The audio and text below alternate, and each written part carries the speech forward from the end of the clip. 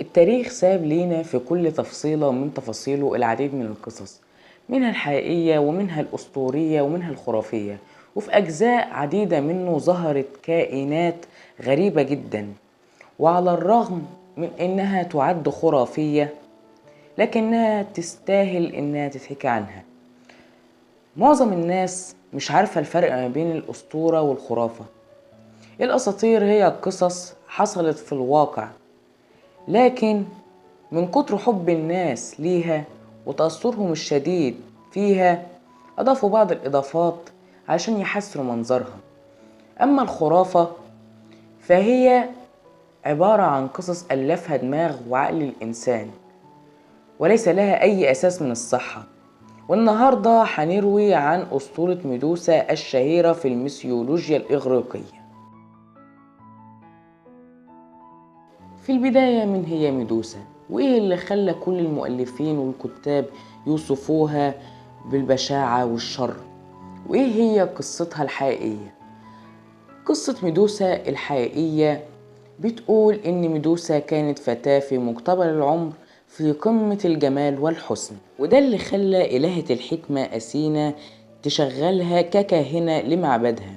ملاحظة بسيطة، لما أقول إله فأنا لا أعني إن في إله غير الله، لكن افتكروا إننا بنحكي قصة خرافية لا أساس لها من الصحة، وفي النهاية لا إله إلا الله سبحانه وتعالى. المهم، معبد أثينا اشتهر جدا بعد عمل ميدوسا فيه، وأصبح الناس بيتهافتوا على دخول المعبد فقط لرؤية ميدوسا وجمالها، حتى إن الناس كانوا بيقولوا إشاعات إن ميدوسا أجمل حتى من إلهة الحكمة، فده أشعل نار الغيرة في قلبها فيما بعد.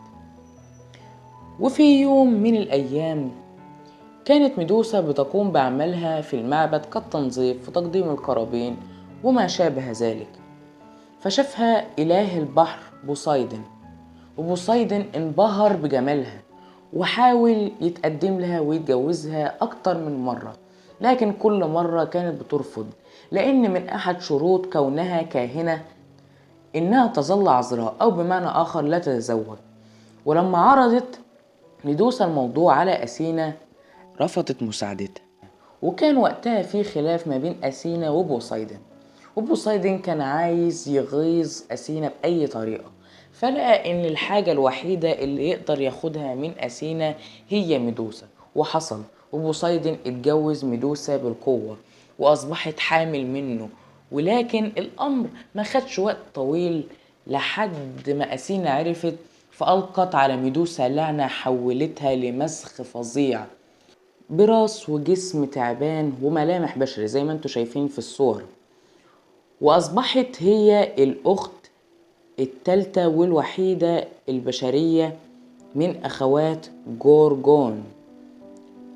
وأصبحت برضو ميدوسا مسعى للعديد من المقاتلين والمحاربين الشجعان اللي كان هدفهم إن هم يقتلعوا رأسها، لكن ممكن نقول إن كل واحد راح وراها مرجعش تاني، لحد ما ظهر بطل عظيم اسمه بيرسيوس، قدر إنه يغلبها ويقطع رأسها، ومن الدم اللي طلع من رقبتها اتولدوا ولاد بوسايدن اللي ما كانتش عارفة تخلفهم بسبب اللعنة اللي حطتها عليها أثينا، واللي هما العملاق الذهبي كريس أور والحصان المجنح بيجاسوس.